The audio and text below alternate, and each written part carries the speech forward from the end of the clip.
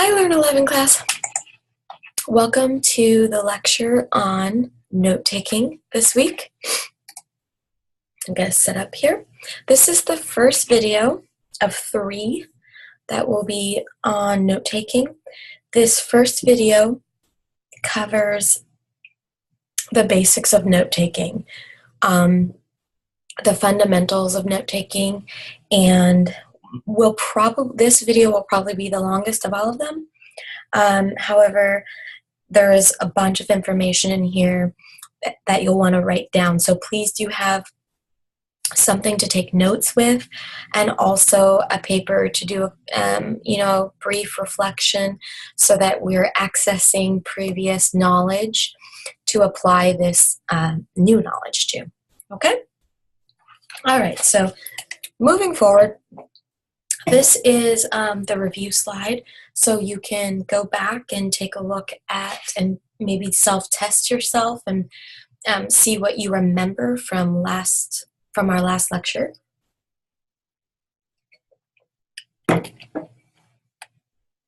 This is the slide on objectives, things that you'll want to know from this week from the lecture on taking notes. So you can use this for studying for upcoming tests. All right, so if you could, you'll pause this video in a few minutes and answer the following questions. How did you learn to take notes? Go back into your memory and remember if you were formally taught how to take notes, or when's the first time you remember taking notes. And then what kind of advice would you give to a student who wants to improve his, her, or their note-taking skills? I'm sorry, I'm needing water. So please pause this video and answer the following questions. Come back in 5 minutes, maybe set a timer.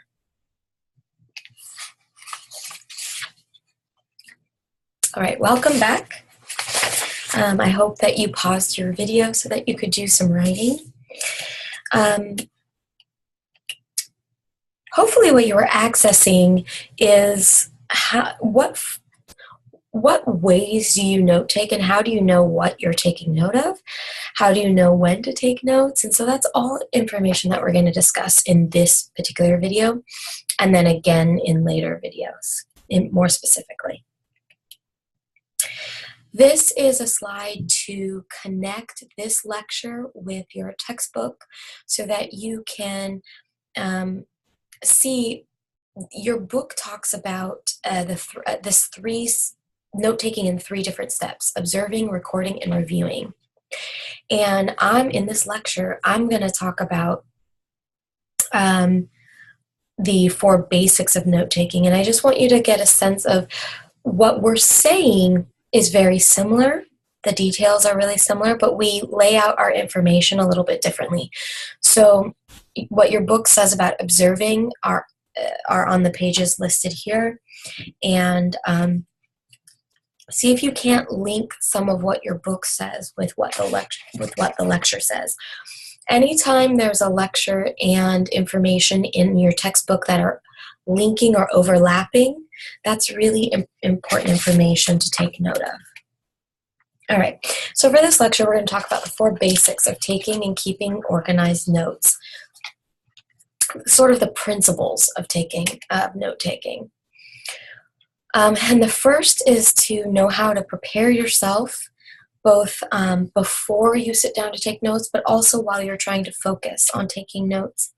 How you can remain organized while taking your notes, and then ways to create a system or a pattern for your note-taking that it almost becomes intuitive for you when you sit down to take notes. And then methods or tools for how to review and revise your notes. So we'll begin with how to be prepared and focused when you're taking notes. The first one is very simple: to show up and be present in class, to attend your classes if they're face-to-face. If they're online, to show up in your discussion forum, to show up by handing in your work. So just being present. If you're in a face-to-face class, you want to sit front and center.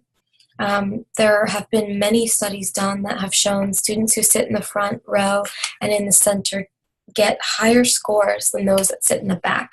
So if the online classroom had a physical setting, the student who sits in the background sometimes hands in work, sometimes speaks, but is not really offering much to their classmates or their instructor, so they're not very present. And what this means is we want to stay alert, we want to stay awake for our classes, whether they're online or face-to-face. And one way to do that is to review our notes before and after a lecture, whether they're video lectures or face-to-face lectures. And we can also share notes with our classmates. Maybe a little bit more challenging in an online setting, but I've set it up so that if you have the Remind app or in a discussion forum, you can ask each other for help. And then, as always, we discussed setting intentions or what it is that you want to learn for the day or how you will be focused. How to be prepared and focused during a lecture is really important. One of the most important ways is to take care of yourself, to nurture your body. When you need to sleep, take a nap. When you need to eat, drink water, all of the things that are important. Now, I'm making it sound really simple. It's a lot more challenging than that. A lot of us know that. But putting yourself first and making sure that you get the nutrients that you need in order to stay awake. Otherwise, it's impossible. And we're blaming other people for our bad moods or for, the fact that we haven't eaten all day. It also speaks to our physical well-being, also speaks to our ability to be here now, to have the energy to listen and to be present. And another way we can stay focused is to really study our instructor's method of teaching and the way he, she, or they are delivering their message and the information. We can study our instructor's posture, their pace, their tone of voice, to understand better what's most important in the lecture. And I just posted this funny little GIF for you so that we could relate to what it's like when we're trying to take notes, when we look down and all the instructor has written is just a couple of things, and then we look up again and the whole board is full. I thought that was a really funny little GIF. Okay. On our next slide, these are some tips for being organized when you take notes, for organizing your notes. And then the slide that follows it are some tools. Okay, so we'll begin with some tips. Labeling your notes is really important. By labeling, I mean giving your notes a title, giving your notes making sure you put the date on each of your notes and page numbers so that if one is missing, you're able to locate it or know that you've missed something in a lecture. Also, some students like to take out pages from their notebook and lay out their pages on the ground and study that way. So if we're doing that, we want to be careful that we're not writing on the back of the page so that we don't miss anything and forget that there's information on the back. When I was in college, I had a 70-cent or 75-cent spiral notebook for each class, and each one had a different color. And that way I could keep my notes organized and together for each class, and I didn't have to carry a huge binder with all of my notes. They stayed really organized inside those spiral notebooks. And then I would remove the old notes that I didn't need anymore, and I would organize them when I got home. And I'll talk a little bit more of that in a second. To keep your notes organized, you may want to use Post-it tabs as a way of creating, like if you have a spiral notebook, creating dividers for yourself inside your spiral notebook. And also when I talked about having those notes that you no longer need and tearing them out of your notebook, I would hesitate. I would not throw them away. Instead, what I did in college was I kept an accordion folder, and this is the picture of the accordion folder here on the slide, and I would organize them, and I would save these things all through college in case I needed them later. I could refer back to them if there was a class that I might be using them for later. Okay, and in your notebooks, subdividers and dividers are super helpful for keeping each class separate and also separating any handouts or notes, keeping them separate from each other. I would also go through Canvas and make sure that you have every printout that's been posted and stored into your accordion folder or your binder as well. Now, the third step, or the third basic principle of note-taking is learning how to be systematic by creating a pattern of note-taking or note-taking methods that work for you for the different subjects that you'll be studying. So we want to choose a method. Your textbook talks about all of these different methods. Cornell and outlining is on page 171 to 182, and then mapping is on 190 to 192. So if you want to look deeper into these, we're going to talk about these specific methods. At least Cornell is the one we're really going to focus on. I'm going to give you examples of charting and outlining, just so you can get a sense of what they look like. But do look into them further into your textbook. I apologize. I meant to finish my sentence. We will not be looking at these methods until video 3. So make sure that you have a clear understanding of what those methods are in your textbook. So once you choose a method that feels most natural, that fits the subject that you're in, because remember, each of these methods are more useful for some subjects more than others. We want to make sure that our handwriting is clear if we are handwriting. If we're writing too fast, that might be a signal that maybe we need to type up our notes in class, or we need to ask for the instructor to slow down, or we need to get together with some other classmates to see if we can piece our notes together to get some complete notes.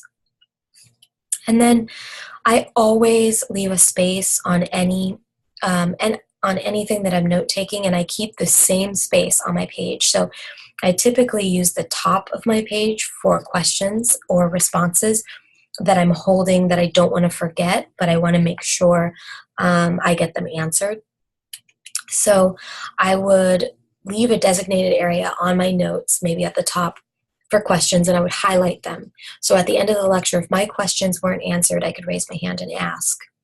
Another really smart way of making sure that we get all of the notes is if we lose focus in the middle of a lecture, rather than bothering someone else to get the notes of what we missed or sort of getting discouraged, pick up where you left off, or pick up where the lecture is and leave a gap on your notes for what is missing, so that when you go talk to the instructor or a classmate, you can tell the instructor or classmate where you left off, where you lost focus, and where you came back in to the lecture, and whatever's missing in that space, they may be able to fill you in because you've been really specific.